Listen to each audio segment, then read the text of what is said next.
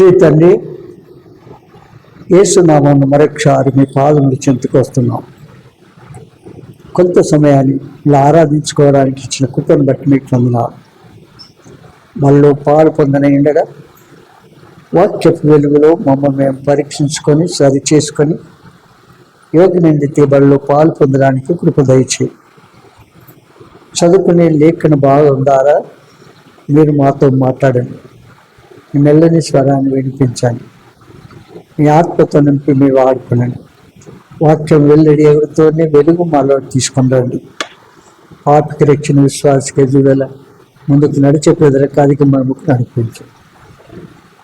యేసు నామమున స్తుతించి ప్రార్థించి వేస్తున్నాము తండ్రి, ఆమేన్. ఆదికాండము 12వ అధ్యాయము 10వ వచనము అందరము కలిసి చదువుకున్నాం. అప్పుడు ఆ దేశములో కరువు వచ్చను. ఆ దేశములో కరువు భారముగా ఉన్నందున అబ్రాము ఐగుప్తు దేశములో నివసించకు అక్కడికి వెళ్ళాను. 19వ అధ్యాయము 1వ వచనాన్ని అందరం కలిసి చదువుకుందాం. ఆ సాయంకాలమందు ఆ ఇద్దరు దేవదూతలు సొదొమ చేరినప్పటికీ లోతు సొదొమ గవని యొద్ద కూర్చుండి ఉండేది. లోతు వారిని చూచి వారిని ఎదుర్కొంటకు లేచి సాష్టాంగ నమస్కారము చేశాను. ఆదికాండము 31:18-20 వరకు. కనాను దేశమునకు తన తండ్రి అయిన ఇస్సాకునొద్దకు వెలుటకు తన పశువులన్నిటిని తాను సంపాదించిన సంపద యావత్తు పద్దనరాములో తాను సంపాదించిన ఆస్తి యావత్తు తీసుకొని పోయాను. లాబాను తన గొర్రెల బొచ్చు కత్తిరించుటకు వెళ్ళి ఉండగా రాయేలు తన తండ్రి ఇంటున్న గృహదేవతలను దొంగిలేను. యాకోబు తాను పారిపోతున్నాడని సిరియావాడైన లాబానుకు తెలియక పోవుట వలన అతని మోసపుచ్చినవాడు ఆయన. ఇక్కడ మనం చూస్తున్నాము, స్వరక్తమిచ్చి కొనబడినవారు. భక్తులు ఉండరాని స్థలంలో ఉండడం, నిలవరాని స్థలంలో నిలవడం ద్వారా ఎలాంటి ఫలితాన్ని మనం అనుభవిస్తున్నామో ఇక్కడ చూపిస్తాం. మహాభక్తులు సైతము కొన్నిసార్లు అజాగ్రత్త వలన సాతాను ఊరిలో పడిపోవుట వాస్తవం. చూడండి, మహాభక్తులు అజాగ్రత్త వల్ల ఏం చేస్తారు? పడిపోతూ ఉంటారు. వాస్తవమేనా? అది అశ్రద్ధ వల్ల, నిర్లక్ష్యం వల్ల, దేవుని పట్ల మరి ఆసక్తి కోల్పోయే వారి పట్ల సన్నగిల్లిపోవడం, దేవుని స్వరక్తమిచ్చి కొనబడినామని చెప్పుకుంటూ లోకంలో తిరిగే వారందరూ కూడా నేను బాగున్నాను అనుకుంటూ ఒక దిక్కు వారు పాపంలో పడిపోయి నిత్య శిక్ష పాత్రలు అవుతారు. అంతం ఎట్లా? 5 మంది బుద్ధి గల కన్యకలు, 5 మంది బుద్ధి లేని వారు, అందరూ సిద్ధపడ్డారు. వాస్తవేనా? అందరూ పరలోకం వెళ్తామని సిద్ధపడ్డారు, ఎదుర్కొంటామని సిద్ధపడ్డారు. ఎత్తబడిందా? ఎత్తలేదు. కనుక పరిశుద్ధులైన వారు, దయభక్తి కలిగిన వారు, వారి కొన్నిసార్లు నిర్లక్ష్యం వల్ల, అంటే దేవుడు చెప్పింది చేయకుండా సొంత తలంపుతో వెళ్ళి, సొంత జ్ఞానంతో వెళ్ళి దేవుని ఆజ్ఞకు అవిధేయులై జీవించడం ద్వారా ఏం జరుగుతుంది? ఎంతో నష్టానికి తెచ్చుకుంటారు. ఇక్కడ అబ్రహాము కనానులో నుండి ప్రభువుంచిన స్థలంలో నుంచి ఆ దేశం కనాను దేశంలో కరువు వచ్చింది. కరువు వచ్చినంత మాత్రం ఈయన ఒక్కడికి వచ్చిందా? దేశమంతటికి వచ్చిందా? దేశమంతా లేచిపోయిందా? లేవలేదు. కానీ అబ్రహాము తన కుటుంబంతో కరువు ఎక్కువైతే ఐగుప్తుకు వెళ్ళాం. దేవుని చిత్తం కాకుండా, దేవుణ్ణి అడగకుండా, దేవుని సెలవు లేకుండానే ఏం చేసినాడు? మరి అందువలన యాకోబు తన పత్రికలో మనమందరం అనేక విషయాల్లో తప్పిపోతున్నాము అంటాడు.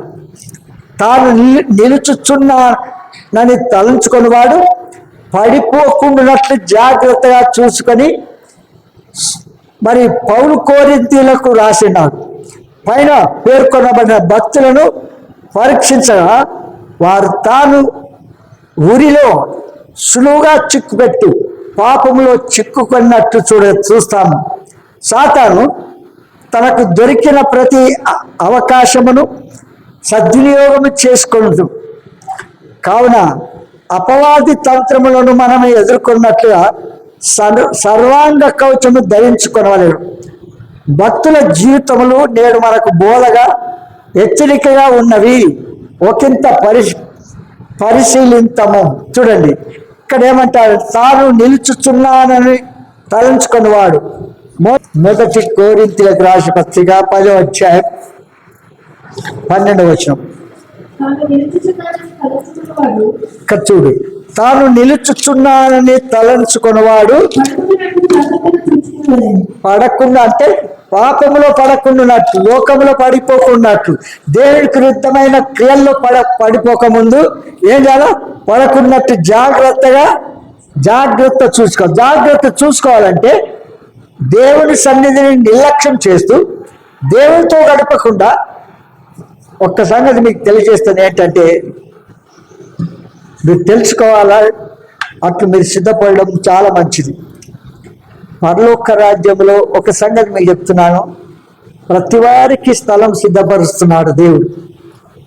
అది శుద్ధ సువర్ణంతో అలంకరింపబడిన పట్టణం. అది ఎల్లప్పుడూ నిరంతరం స్తుతి ఆరాధనలతో పాటలతో పాడే స్థలం. ఆకలి దప్పులు ఉండవు, సూర్యచంద్ర నక్షత్రం ఉండవు. దేవుడే ఆ పట్టణానికి వెళ్ళి ఉన్నారు. అయితే ఒక్క సంగతి తెలుసుకోవాల్సింది ఏంటంటే, ఆ పట్టణంలో వారి గృహాల్లో ఎప్పుడు ద్వారములు తెరవబడి ఉంటాయి. అంటే ఎలాంటి పరిశుద్ధత కలిగిన వారు అక్కడ ఉండాలా? అందరూ నమ్మకస్తులు, పరిశుద్ధులు, యోగ్యులు, దేవుడు ఏర్పరచుకొని స్వరక్తమిచ్చి కొనబడిన వారు మాత్రమే అక్కడ ఉంటారు. భూలోకంలో మన యాత్ర ఆయన చెప్పినట్టుగా చేయకుండా, ఆ రూపం మనకు రాకుండా పరలోకంలో ఉంటాను అంటే మనం ఎగ్జామ్ రాస్తాం. ఎగ్జామ్ రాసిన తర్వాత బాగా రాసినా అంటాం, ఫెయిల్ మార్కులు వస్తాయి. అప్పుడు నేను బాగున్న రాసిన కానీ ఇట్లా అయిపోయింది ఏమంటారు? కనుక అలాంటి వారు ఎంతోమంది ఉన్నారు. ఇక్కడ అబ్రహాము ఎక్కడ తాను వద్దన్న స్థలంకి వెళ్ళాడు. కానాను నుండి ఐగుప్తుకు వెళ్ళినాడు. ఐగుప్తులో ఏం చేసినాడు చెప్పండి? ఐగుప్తులో ఏం చేసినాడు? 12వ అధ్యాయం, ఆదికాండము 12వ అధ్యాయం చదవండి, తర్వాత చదవండి. అతడు ఐగుప్తులో ప్రవేశించుటకు సమీపించినప్పుడు అతడు తన భార్య అయిన శారాతో, ఇదిగో నీవు చక్కని దానిలోని ఎరుగుదును, ఐగుప్తీయులు నిన్ను చూచి నీవు అతని భార్య అని చెప్పి నన్ను చంపి నీకు బ్రతకనిచ్చేదడు. నీ వల్ల నాకు పేరు కలిగినట్లును నిన్ను బట్టి నీవు బ్రతుకున్నట్లును నీవు నా సహోదరుడు అని దయచేసి చెప్పుమని. ఏమంటున్నాడు? సహోదరుడని చెప్పాలంట. చూడండి, అబ్రహాము ఐగుప్తులో చేరినప్పుడు ఐగుప్తీయులు ఆ స్త్రీకి సౌందర్యవంతమైన చూచి ఫరో యొక్క అధిపతులు ఆమెను చూచి ఫరో యొక్క ఆమెను పొగిడిన గనుక ఆ స్త్రీ ఫరో ఇంటికి తేబడింది. అతడు ఆమెను బట్టి అబ్రహామునకు మేలు చేసెను. అతడు ఆమెను బట్టి అబ్రాహామునకు మేలు చేసెను. అందువలన అతనికి గొర్రెలు, గొడ్లు, మగగాడిదలను, దాసులు, పనికత్తెలను, ఆడుగాళ్ళను, ఒంటెలను ఇయ్యబడను. అయితే అబ్రహాము భార్య అయిన శారాను బట్టి మహావేదన చేత బాధించను. చాలు. చూడండి, దేవుడు వద్దన్న స్థలం, దేవుడు పర్మిషన్ లేకుండా వెళ్తున్నాం. దేవుని ఎక్కడైనా సరే, ఎవరైనా ఎక్కడికి వెళ్తున్నాము, దేవుడు పర్మిషన్ ఇచ్చాడా? సొంత స్థలంతో వెళ్తున్నామా? పరీక్షించుకోవాలి. అబ్రహాం ఎలాంటివాడు చెప్పండి? మనందరికి దేవుని స్నేహితుడు. అంటాడు దేవుడు అబ్రహాం విషయంలో, నేను చేయబోయేది నేను అబ్రహాముకు దాచదనా అంటాడు. అంటే అబ్రహాము ఎంత నమ్మకమైన వాడు, పరిశుద్ధుడు, యోగ్యుడు అనిపించుకున్న వ్యక్తి. అవునా? ఆయన తెలియకుండా నేను చేస్తానా అంటాడు దేవుడే. చూడండి, అలాంటి దేవుణ్ణి ఇప్పుడు ఏం జరిగింది? ఆ పర్మిషన్ లేకుండా సొంత తలంపుతో వెళ్ళి అక్కడ పోయి ఐగుప్తుకు వెళ్ళినాడు. ఐగుప్తు వెళ్ళిన తర్వాత అబద్ధాలు ఆడాడు. ఏమంటారు? ఆమె షారా అందాన్ని చూసి అక్కడ ఐగుప్తీయులందరూ తప్పు అభిప్రాయం కలిగినారు. ఈయన షారాన్ని తీసుకుపోయి మరో ఇంట్లో పెట్టినారు. చూడండి ఎట్లుందో. ఎవరు వమ్మన్నారు? నేను ఎవరు వమ్మన్నారు చెప్పు? వద్దన్న స్థలానికి వెళ్తాం, చేయకూడని స్థలానికి వెళ్తాం, దైవ చిత్తానికి ప్రతికూలంగా ప్రవర్తించే స్థలానికి వెళ్తాం. అప్పుడు ఏం జరుగుతుంది? దేవుడు తన చిత్తాన్ని నెరవేరుస్తాడు. కనుక దేవుని చిత్తాన్ని చేస్తున్నామా లేకపోతే ప్రతికూలంగా ప్రవర్తిస్తున్నామా ఒక్కసారి పరీక్ష. ఎందుకంటే అంతము ప్రభుత్వం ముగించాలి. మనం అంతము ప్రభుత్వం ముగించితేనే కానీ పరలోక రాజ్యం. ఆ పరలోకం ఎట్లుంటుంది? మన ఇష్టం వచ్చిన ప్రవర్తించి పరలోకంలో ఉంటామని నమ్మకం పవిత్రమైంది. చిన్న పాపముతో కూడా ఆ పట్టణంలో ప్రవేశించలేము. విన్నారా? కనుక మన జీవితంలో ప్రభు చెప్పింది, ప్రభు ఉన్న స్థలంలో, ప్రభు ఉండమన్న స్థలంలో ఉండాలా. అక్కడి నుంచి ఇటు అటు వెళ్ళకూడదు. ఇక వెళ్ళే వాళ్ళు మనం ఏం చేయలేము. దేవుడు చెప్పిన తర్వాత కూడా వెళితే ఇక ఈ కథ అవుతుంది. ఏమంటారు? ఇది ఎంత అబ్రహాముకు చాలా మంచి నిద్ర పడుతుంది అనుకుంటా. చారాన్ని తీసుకుపోయి పరవ ఇంట్లో పెట్టిరు. నిద్ర పడుతుందా చెప్పండి? చూడండి ఎలా ఉంది. చూడు, అసలు వద్దన్న స్థలానికి వెళ్ళడము, ఆయన పర్మిషన్ లేకుండా వెళ్ళడము, అది కరువు వచ్చింది. అబ్రహాం ఒక్కడికి రాలేదు, దేశమంతటికి వచ్చింది. అలాంటప్పుడు నువ్వు వెళ్ళవలసిన అవసరం ఏమింది? నేను సృష్టించిన దేవుడు నీవు ఉండుమన్న స్థలంలో నిలకడగా ఉండాలి. ఏ పరిస్థితి వచ్చినా ఉన్నావా? అట్లా లేనివాడుగా కొన్నిసార్లు మన జీవితంలో అదే దేవుడు చెప్పిన స్థలాన్ని విడిచి అటు ఇటు తిరుగుతున్నామా? దానికి మీరే ఆన్సర్ చేయాలి. ఒక దినం దేవుడు అడిగితే అది తప్పకుండా జరుగుతుంది. రెండవది 12వ అధ్యాయము 1వ వచనం 10వ వచనం. సారీ.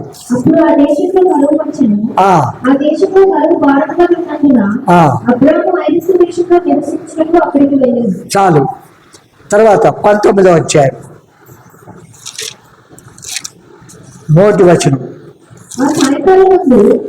ఆ సాయంకాలం మందు ఆ ఇద్దరు దేవదూతలు సుధమ చేరినప్పటికీ లోతు సుధమ గవిని యొద్ద కూర్చుని ఉండేను. లోతు వారిని చూచి వారిని ఎదుర్కొనుటకు లేచి సాష్టాంగ నమస్కారం చేసి. ఇక్కడ చూడండి, లోతు అబ్రహాముతో వెళ్ళిన తర్వాత అబ్రహాము మరి పనివారు, లోతు పనివారు కలవపట్ట ద్వారా ఏం జరిగింది? వారు వేరైపోయారు.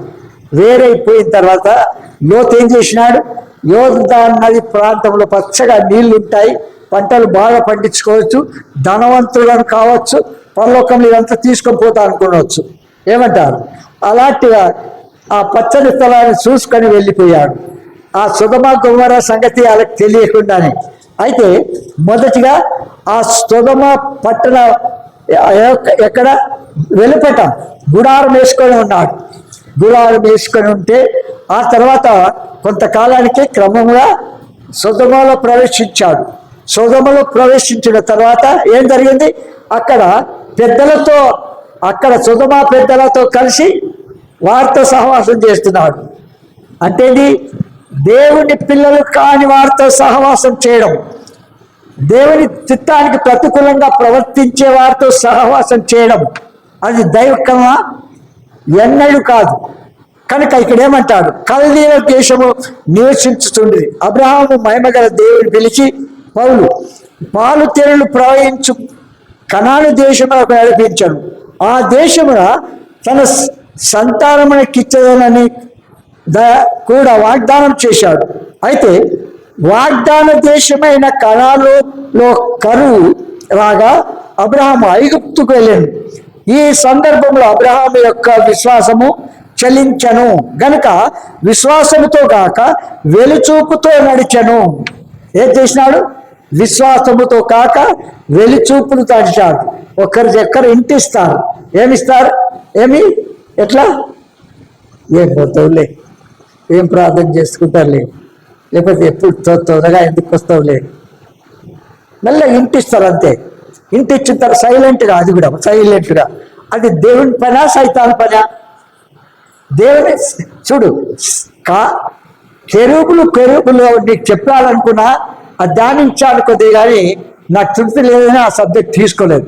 ఒక దినం తీసుకుంటాను. చూడండి, ఈ కెరూబులు ఎవరు, ఎలాంటి వారు, ఎట్లా మారిపోయారు అది మీకు తెలియజేస్తాను. కనుక ఇక్కడ ఏం చేసినాడు?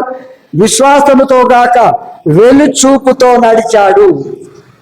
దేవుని పైన విశ్వాసం ఉంచకుండా ఏం చేస్తున్నాడు? ఐగుప్తులోని ఆహారమే అబ్రహాము చూచని కానీ కనాను దేశంలో కరువులో సైతము తన్ను పోషించగల దేవుని అబ్రహాము ఆయన నమ్మలేకపోయాను. ఈ క్రింది వచనము గమనించండి. దేనిని గూర్చి చింతపడకుడి గాని ప్రతి విషయంలోనూ ప్రార్థన విజ్ఞాపన చేత కృతజ్ఞత పూర్వకంగా మీ విన్నపములు దేవునికి తెలియచేయుడి. అప్పుడు సమస్త జ్ఞానమునకు మించిన దేవుని సమాధానం యేసుక్రీస్తు వలన మీ హృదయములకు తలంపులకు కావలి ఉండును. ఏం చేస్తుంది? ఫిలిప్పీయులకు రాసిన పత్రిక 4వ అధ్యాయం 6-7 వచనాలు చూడండి. దేవుని గూర్చి చింతింపకుడి కానీ ప్రతి విషయంలోనూ ప్రార్థన విజ్ఞాపనల చేత కృతజ్ఞత పూర్వకంగా. ఒక్క నిమిషం, ఎవరు ఆ విధంగా చేస్తున్నారు? ప్రార్థన విజ్ఞాపన చేత. నేను ఇంట్లో వాడుకుంటా, నా కొరకు మీరు చేయండి అంటే మన కొరకు ఎవరు చేయాలి? మనం చేసుకోవాలి. ఇతరుల మీద ఆధారపడతామా? అలాంటి లక్షణాలు ఉండకూడదు. రక్షింపబడ్డామంటే ఆయన రూపం మనలోకి రావాల. పాపంలో ఉన్న సాతాను వల్ల దాసులుగా ఉన్న మనను విలబెట్టి కొన్నాడు క్రీస్తు. మన క్రీస్తుకు దాసులం. ఆయన మన యజమానుడు. ఆయన చెప్పిన రీతిగా మనం ఏం చేయాలి? నడుచుకోవాలి. కనుక ఏమంటాడు ఇక్కడ? చూడు ఎంత బాగున్నదో. 6-7 కదా, 6-7 చదవండి. ప్రతి విషయంలో ప్రార్థన చేయకుండా నీకు వస్తుందా? ప్రార్థన విజ్ఞాపనలు అవసరం. విజ్ఞాపన అంటే ఏది? ఇతరుల కొరకు ప్రార్థన చేయడం. విన్నారా? ప్రార్థన మన కొరకు చేద్దాం, విజ్ఞాపన ఇతరుల కొరకు చేయాలి. ఎంతమంది వరకు చేస్తున్నాం చెప్పండి? సంఘముతో కలిసి చేయాలి, వ్యక్తిగతంగా కాదు.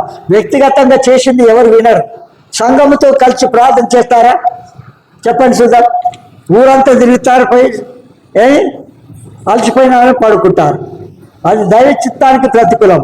కనుక ఇక్కడ రాస్తాడు ఏమని?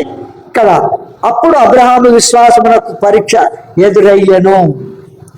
ఏమైంది? ఆయన పోయిన తర్వాత ఐగుప్తులో ఏం జరిగింది? విశ్వాసానికి పరీక్ష అయ్యాడు. అవునంటారా? పరీక్ష ఎట్లా చెప్పండి? ఐగుప్తు వాడానే నీవు అందమైన దానవు, నా అన్నని చెప్పు అంటాడు భర్త. చూడండి, ఇట్లా మీరు అబద్ధమాడవలసిన ఒక పాపము, దేవుడికి విరుద్ధంగా పాపం చేయడం అది దైవ చిత్తమా? పరిశుద్ధుడు. మరి అబ్రహాం నమ్మకమైన వాడు. ఇలాంటి వ్యక్తులు అవుతున్నారంటే మన జీవితం ఏమిటి చెప్పండి? మన ప్రవర్తన ఎలాగుంది? మన కదలికలు ఎలాగున్నాయి? అంతే. శారా పొర ద్వారా చెరపట్టబడను. ఆయన మంచి గురు కొట్టుకొని నిద్రపోతాడు ఈయన. అవునా? పోతాడా?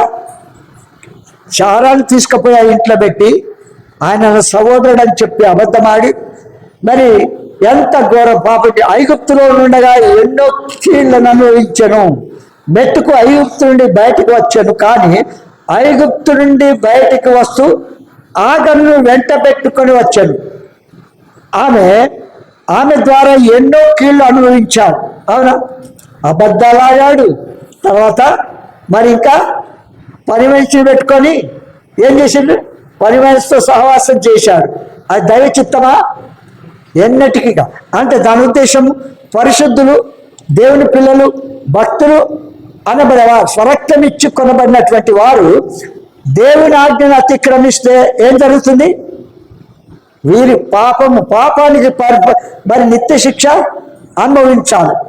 కనుక దేవుడు చెప్పినటువంటి స్థలంలో స్థిరముగా స్తంభం వలె మరి అటు ఇటు తొలగకుండా ఉండడానికి అది దేవుని చిత్తం. అది మనం ఏదో చెప్పడానికి కాదు. దేవుని చిత్తమును కాకుండా మన చిత్తాన్ని చేసుకుంటూ నేను దేవుని చిత్తం చేస్తున్నానని చెప్పుకోవడము సిగ్గుచేటు. వాస్తవంగా చెప్పాలంటే విన్నారా? దేవుడితో చూడండి, ఆదికాండము 19:3 సాయంకాలం ముందు ఇద్దరు దేవదూతలు సొదొమ చేరుకున్నప్పటికీ లోతు సొదొమ గౌరి యొద్ద కూర్చుని ఉండెను. లోతు వారిని చూసి వారిని ఎదుర్కొంటూ లేచి సాష్టాంగ నమస్కారం చేసి. చూశారు, ఈయన ఏం చేసాడు? లోతు నీతిమంతుడు. వాస్తవం మనం చదువుతున్నాం, అవునా? నీతిమంతుడు. అబ్రహాము నుండి వేరే సొదొమ దగ్గర గుడారం వేశాడు. కొంతకాలంలో సొదొమలో ప్రవేశించాడు. ముందు ఆ గ్రామం వెలుపట వేశాడు. తర్వాత క్రమంగా వెళ్ళి ఏం చేసినాడు? సొదొమలో గుడారం వేసుకున్నాడు. చూడండి, మీకు ఒక వంట కథ చెప్తాను. ఒక వ్యక్తి వంటను పెంచుకుంటున్నాడు. వంటను పెట్టుకుంటే వచ్చినప్పుడు అది బాగా వర్షం వస్తుంది.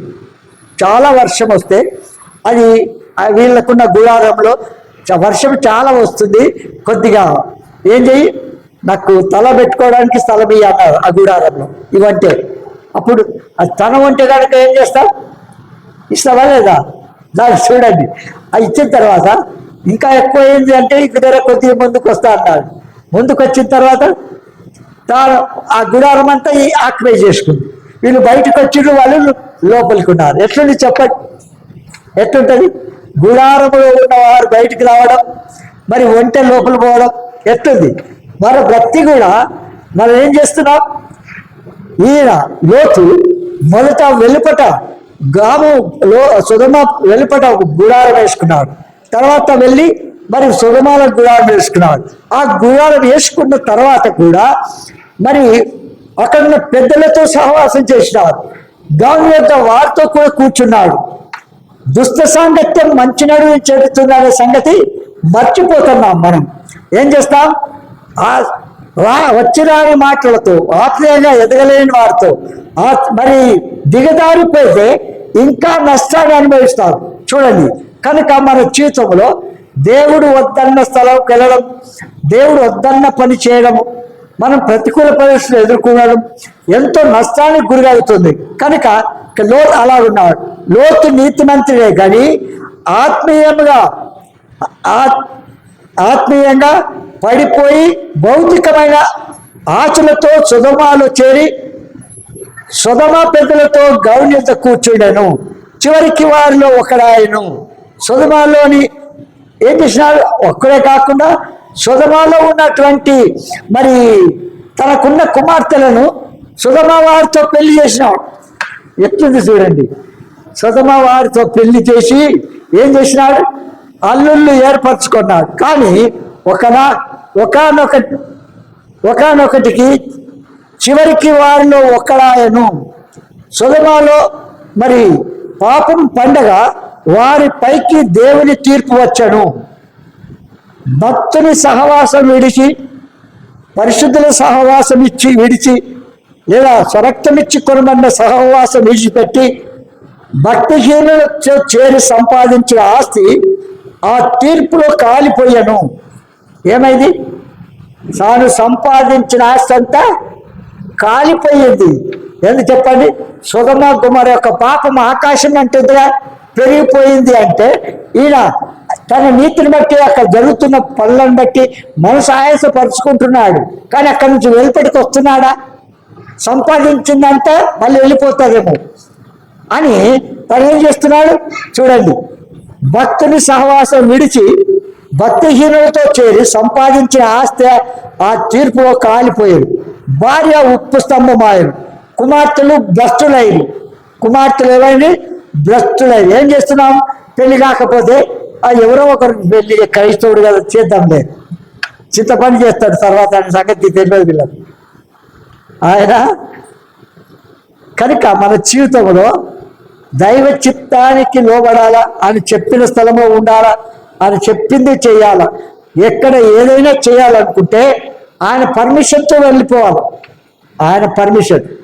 మరి అటు 2 గుర్రాల సవారి చేయకూడదు. కనుక ఈ రీతిగా సహవాస దోషము వలన ఎన్నో ఘోర నష్టములు లోతు తన కుటుంబంలో పొందినాడు. అవునంటారా లేదా? కనుక మన జీవితంలో మనం ఎలా ఉంటున్నాం, లోకంలో ఎట్లు కొనసాగిస్తున్నాం, మనం పరీక్షించుకోవాలా, సరి చేసుకోవాలా. దేవుడు మనల్ని ఏ విధంగానైనా సరే పరిశుద్ధులుగా చేయాలని, పరిశుద్ధత కాపాడాలని, నమ్మకస్తులుగా ఉండాలని ఆయన ఎలా కావలసినంత శ్రద్ధ తీసుకుంటున్నాడు. ఒక సేవకుని మన కొరకు ఏర్పాటు చేసినాడు. ఆ సిద్ధపడుతున్న వాక్యమును విని విధేయత చూపించేదానికి బదులుగా నిర్లక్ష్యం చేస్తాం. అవిదే వీళ్ళ వలె, అబ్రహాం వలె, లోతు వలె ఏమైతా చేస్తే ఏం జరిగింది చెప్పండి? నష్టం కలిగిందా లేదా? మనము కూడా అలాంటి నష్టానికి గురి కాకుండా ఉండాలంటే ఏం చేయాలి? 10 గంటలంటే 12 గంటలకు రావాలి. ఏమంటే మన జీవితంలో మనము ప్రభువును పోలి నడుచుకుంటే పరలోకంలో ఎంత గొప్ప ధన్యత మనకు ఉంటుంది. ఏమంటారు? ప్రాణము 31వ అధ్యాయము 19 నుంచి 20.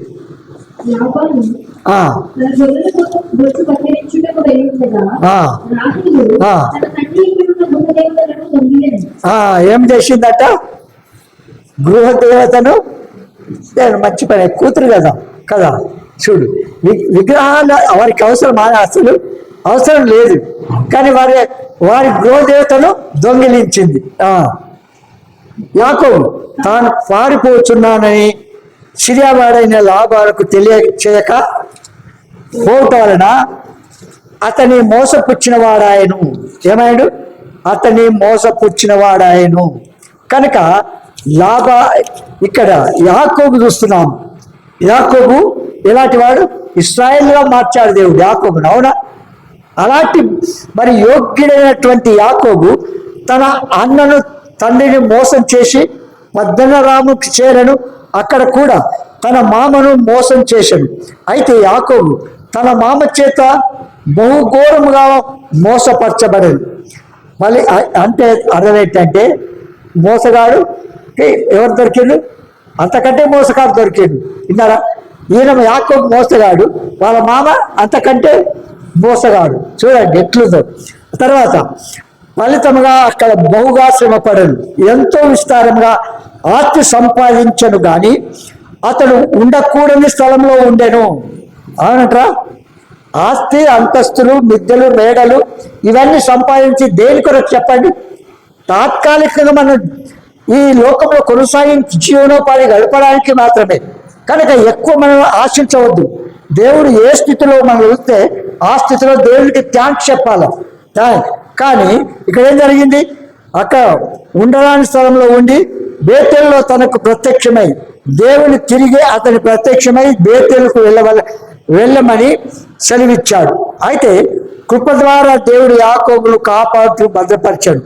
యాకోబు తన భార్య, పిల్లలను, దాసీలను, పశువులను, తనకు కలిగిన సమస్తము వెంట పెట్టుకొని కనాను బయలుదేరాను. కనాను చేరి షెకెములో కొంత స్థలము ఆమోరు వద్దకుని గుడారం వేశాడు. దేవుడు బేతేలుకు వెళ్ళమని యాకోబునకు సెలవిచ్చాను, కానీ అతను ఎక్కడ వెళ్ళాడు? షెకెములో నిలిచిపోయాడు. ఇదే ద్వంద్వ జీవితము. అంటే దేవుడు వెళ్ళమన్న స్థలానికి వెళ్ళకుండా వేరే స్థలంలో వెళ్ళి ఏం చేస్తున్నాడు? ఆయన గుడారం వేసుకున్నాడు. దేవుడు మనతో మాట్లాడుతున్నాడని ఎప్పుడు మనము తలంచము. ఈ వ్యక్తి ఎట్టు చెప్తున్నాడు, ఎవరి గురించి చెప్తున్నాడు అనుకుంటాం మనం.